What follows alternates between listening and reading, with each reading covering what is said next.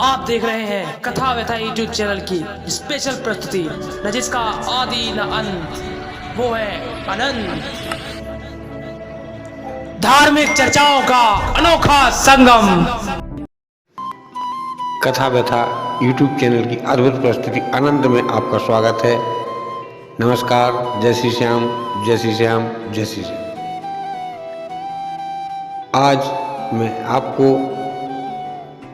10वें ज्योतिर्लिंग, भगवान शिव के 10वें ज्योतिर्लिंग नागेश्वर ज्योतिर्लिंग की स्थापना की कथा सुनाने की कोशिश करूँगा। कैसे भगवान शिव ने वहाँ पर अपना शिवलिंग बनाया, कैसे राक्षस को मारा, किस प्रकार से देवी पार्वती ने राक्षस वरदान दिया और वह उस जंगल में रही, जानने के लिए सुनिए पूरी कथा।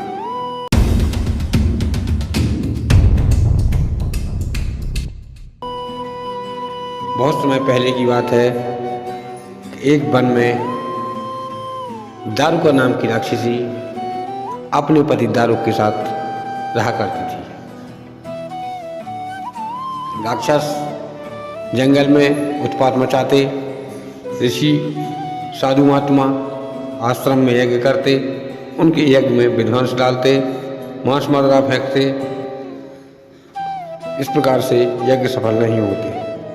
आदमी जहाँ भी मिलता उसे खा जाते, जानवर मिलता उसे खा जाते। इस प्रकार से सृष्टि की व्यवस्था बिगड़ने लगी। लोग जब ज़्यादा ऋषिगण ज़्यादा परेशान हुए, तब वह अपने गुरु के आश्रम में पहुँचे।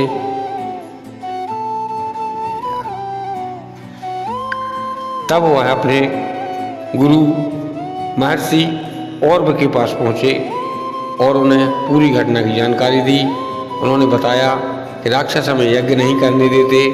जब हम यज्ञ करते हैं तब वह मांस और मदिरा फेंकते हैं, लोगों को कच्चा मांस फेंकते हैं, इसी से हमारा यज्ञ विध्वंस होता है। इस पर औरव को क्रोध आया और उन्होंने हाथ में जल लेकर भोलेनाथ का स्मरण करते हुए उस की ओर जल फेंक दिया और कहा कि यदि कोई राक्षस इस जंगल में आएगा तो वह स्वतः ही नष्ट हो जाएगा, उसके सर के 1000 टुकड़े हो जाएंगे और राक्षस अपने आप ही मर जाएगा। ऋषि मुनि प्रसन्न होकर कहा, हे ऋषिवर, आप महान हैं जो आपने हमारी इतनी मदद की है। आप महान हैं जो आपने भगवान भोलेनाथ की कृपा से हम ऋषिगणों को शांति प्रदान की। इस पर ऋषि और वो बोले हमारी महानता नहीं है, यह महानता भगवान शिव की है।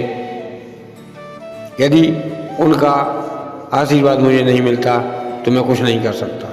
इस प्रकार सब ऋषि अपने अपने आश्रम में चले जाते हैं और वहाँ से दक्षिण का जो एरिया होता है, उस पूरे एरिए में राक्षस नहीं आ पाते, क्योंकि दक्षिण का एरिया बहुत बड़ा है और वहाँ पर जब राक्षस आते तो अपने आप ही सर के 1000 टुकड़े हो जाते, इसीलिए राक्षस वहाँ नहीं जाते थे।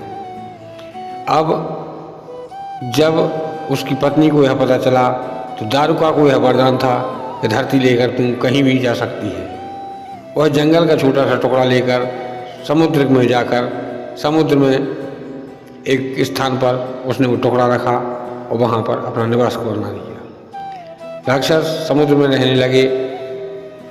अब वह धरती पर नहीं जा सकते थे। जब इंद्र आदि देवताओं को यह पता चला कि महर्षि औरव ने ऐसा श्राप दिया है कि राक्षस धरती पर दक्षिण में धरती पर नहीं जा सकते हैं, तब उन्होंने राक्षसों पर हमला कर दिया। मौका की नाजायज फायदा उठाते हुए इंद्र ने राक्षसों पर पाताल लोक में हमला कर दिया।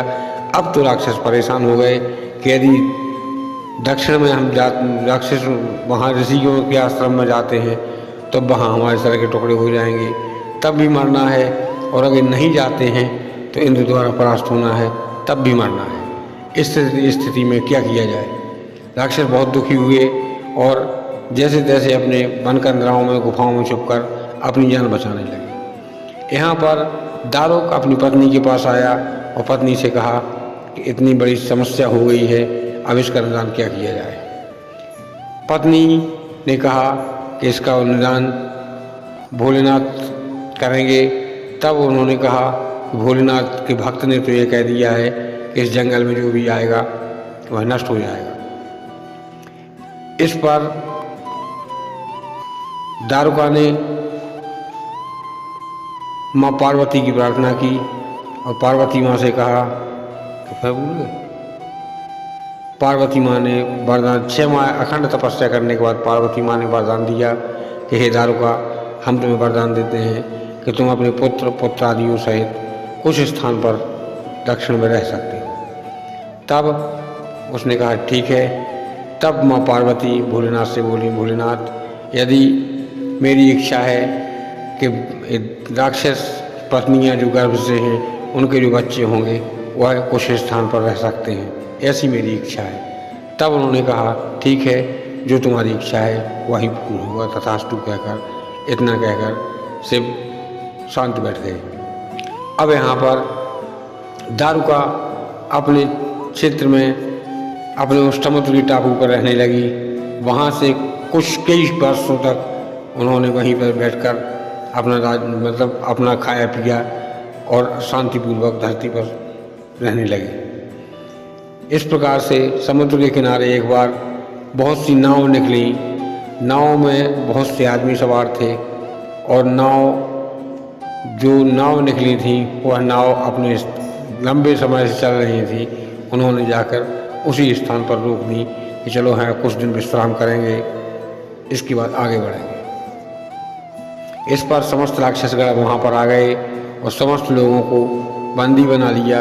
नाव में जो सामान, अन्न, धन, दौलत जो भी था सब राक्षसों ने लूट लिया और समस्त लोगों को बंदी बना लिया। बंदी बनाकर उन्हें जेल खाने में डाल दिया। जेल खाने में पड़े पड़े लोग, उसमें एक शिव भक्त सुप्रिय नाम का व्यक्ति था जो शिव भक्त था। शिव भक्त कोई बड़ा व्यक्ति नहीं था, कोई नामगर शिव भक्त नहीं था, वह केवल भगवान भोलेनाथ का नाम जपा करता था।